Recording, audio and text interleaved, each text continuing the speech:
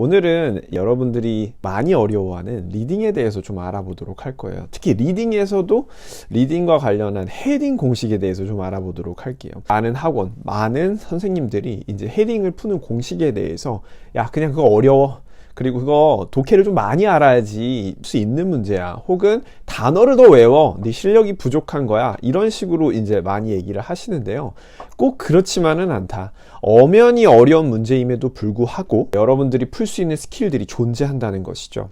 제가 이제 아무래도 계속 인간과 관련된 토픽들을 찍다 보니까 알 수밖에 없고요. 여러분과 공부를 할 때 특히 차별화된 점은 효율성이잖아요. 단어를 잘 모르더라도, 독해력이 좀 달리더라도 여러분들이 충분히 풀 수 있는 리딩 공식에 대해서 한번 알아보도록 하겠습니다. 자, 리딩 헤딩을 문제 풀기 전에 제일 중요한 게 있어요. 발명한 공식 중에 하나인데요. 이것만 기억을 하시면 돼요. 여러분들 어머니의 콩자반이 아니라 앞자반이라고 한번 외워보세요. 앞자반. 그래서 앞에 세 줄, 뒤에 세 줄. 보통 제가 리딩 헤딩의 공식은 앞 세 줄, 뒷 세 줄에 많이 나온다고 강력하게 얘기해 드리고 싶어요. 그래서 두괄식과 미괄식으로 이루어지는 경우들이 진짜 많습니다. 문제 유형에서. 이건 누구나 아는 사실이고요. 그 다음에 자는 자주 반복되는 어휘를 체크하셔야 돼요. 그거는 이제 우리가 흔히 얘기하는 자주 반복되는 어휘는 여러 가지 리딩의 어휘 중에 그 사이사이에 껴있어요. 유의어로도 껴있을 수 있고요. 그리고 이제 반의어로 껴있을 수도 있거든요. 그걸 제가 좀 이따 증명해 드릴게요. 그리고 마지막이 반전 연결어구인데요. 리딩 헤딩을 보시면 모두 다 읽는 거는 맞아요. 근데 항상 but이나 however 그리고 뭐 by contrast 이런 연결어구 뒤에 특히 답들이 많이 존재하거든요. 이 방식은 최소 60-70% 이상 맞을 수 있기 때문에 여러분들이 어휘가 좋건 안 좋건 같은 동일선상에서 충분히 한 문제 더 푸실 수 있는 형태의 문제들이에요.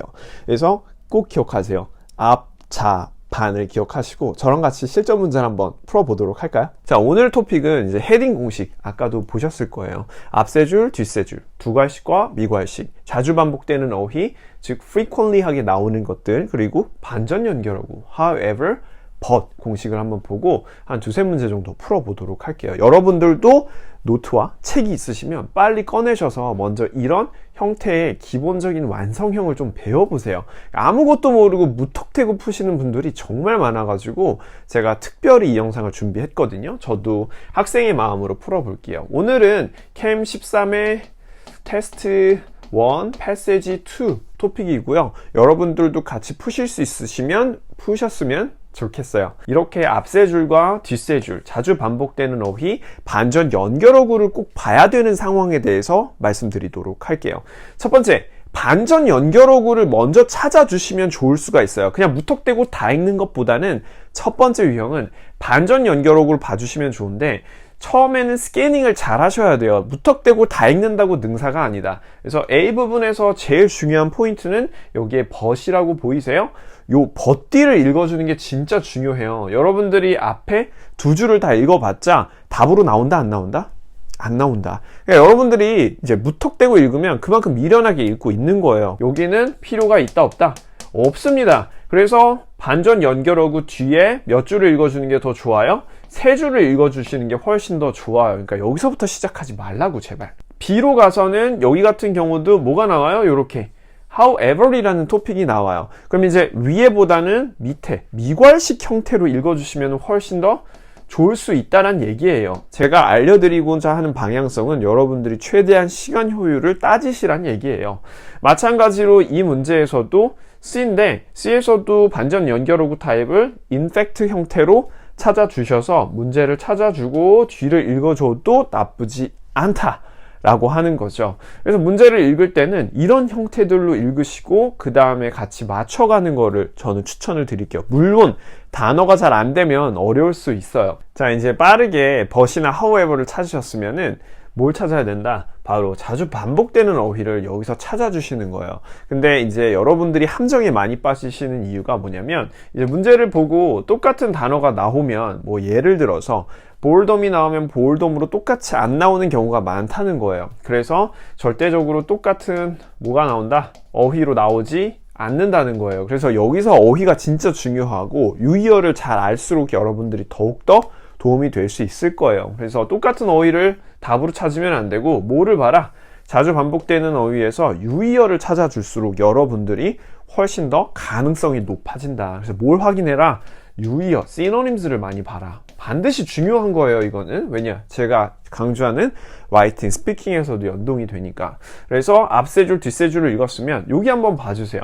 But defining boredom. 자, boredom을 어떻게 하는 것이 바로 해석하거나 정의를 내리는 것이 It can be studied in the lab has proved difficult 라고 얘기하고 있죠. 바로 랩에서 분석되는 그런 것들을 확실히 증명하기가 어렵다라는 거예요. 그러면 랩에서 증명하는 것이 되게 어렵다. 뭐가? 보얼돔이라는 것. 보얼돔은 다들 아시다시피 지루함을 의미하죠. 여기서 증명하기 어렵다. 랩에서 어떻게 연결을 해줘야 되냐면 밑으로 내려와서 한번 보죠. IV라는 걸 한 번만 체크해 주세요. Problems 뭐로 바뀌었냐면 difficult로 바뀌게 된 거예요. 그리고 scientific approach가 뭐의 의미로 뜨는 거냐면 랩이라는 뜻으로 바뀌게 된 거죠. 그리고 앞에 있는 studied라는 표현 또한 어떻다? 바로 paraphrasing이 됐다고 봐주시면 돼요. 그래서 보얼돔에 대한 과학적 접근이 어렵다. 똑같이 랩에서 바로 학문화되기가 되게 어렵다라는 거죠. 그러면 여기서 우리가 알 수 있는 사실은 모두 all paraphrase가 될 확률이 높다는 거예요. 여러분들이 이렇게 세 줄만 읽어주면 문제 풀기가 진짜 훨씬 더 쉬워져요. 플러스는 이렇게 isn't even agreement. agreement도 정의라는 뜻으로 쓰일 수 있기 때문에 바로 IV와 아주 어울린다고 봐주시면 돼요. 그리고 제가 강조하고 싶은 것은 수업 때 difficult와 problem이라는 단어는 무조건 유의어로 나오게 돼 있어요. 꼭 외워두세요. 알겠죠? 그리고 이번에는 완전 그냥 어휘빨 스킬로만 풀 수 있는 방법을 또 하나 알려드리도록 할게요. B 같은 문단에서 보면은 이렇게 however이라고 저랑 같이 찾기도 했지만 사실 이렇게 밑에 서 있는 세 줄에서 찾기는 상당히 힘들어요. 그래서 어떤 어휘를 알아두면 정말 편하게 풀 수 있냐면 최소 자주 반복되는 어휘가 2개에서 3개인데 보통 3단어가 반복이 되면 답으로 나오는 경우들이 훨씬 많아요. 제 빅데이터 상. 그래서 찾아보면요. 여기 한번 봐주시겠어요? 문제를 못 풀어도 돼요. 여기 보면 identified 5 distinct types. 뭐가 나오죠? types가 나오기 시작을 하고 있고요. 밑으로 내려와서 또 보게 되면 여기 보이세요? all kinds of boredom. 뭐가 또 나오냐? types, kinds가 나오게 돼요. 그리고 밑에 줄 또 보면 5 types가 나오게 되고요.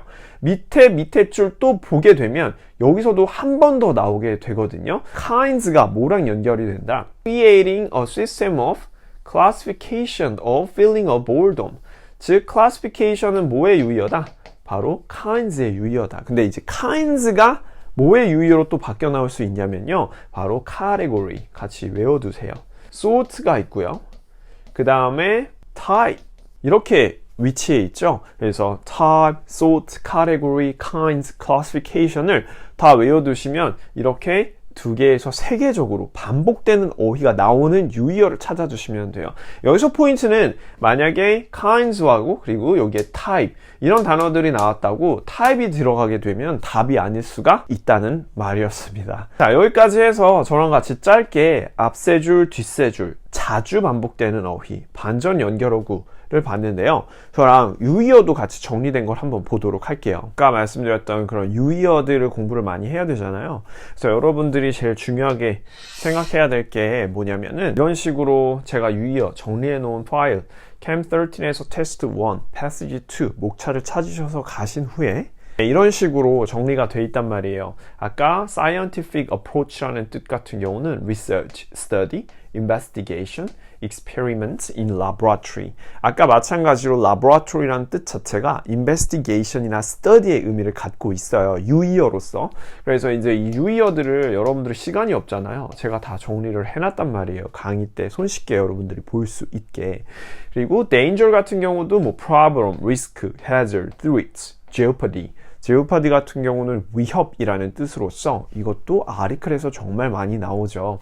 그 다음에 classification은 아까 했던 결정적 단어 아마 공부를 하기 싫은 분도 어쩔 수 없이 외우셨을 거예요. type, category, 그 다음에 sort, kind 이런 형태의 단어들이 위치해 있는데 여러분들이 이제 이런 단어들을 먼저 외우고 나서 공부를 하시는 게 훨씬 더 수월하실 수밖에 없어요. 생활체육을 하더라도 수영을 하면은 키판을 가지고 처음에 자유형을 잡고, 마찬가지로 PT를 받으면 처음에 프리 웨이트로 하는 게 아니라 보통 머신을 가지고 공부를 하잖아요. 그러니까 여러분들 어떻게 공부해야 될지 모르시는 분들은 얼른 유희어를 통해서 빨리 습득을 하고 IELTS의 메커니즘에 대해서 공부를 많이 해 놓으세요. 그리고 이제 기출 부분으로 공부를 많이 해 놓으실수록 공부가 는다. 그래서 제가 유희어 모아 놓은 것들에 대해서 좀 더 공부를 많이 해 주시고 열정적으로 유희어 수업을 계속 들어 주셨으면 좋겠습니다. 네, 책과 관련해서 문의가 많거든요. 그래서 네이버 스마트 스토어와 해외에 계신 분들은 전자문서로도 진행이 되고 있으니까 체크해 주시고요. 저랑 같이 또 다음 시간에 좋은 또 수업으로 뵙도록 하겠습니다. 안녕!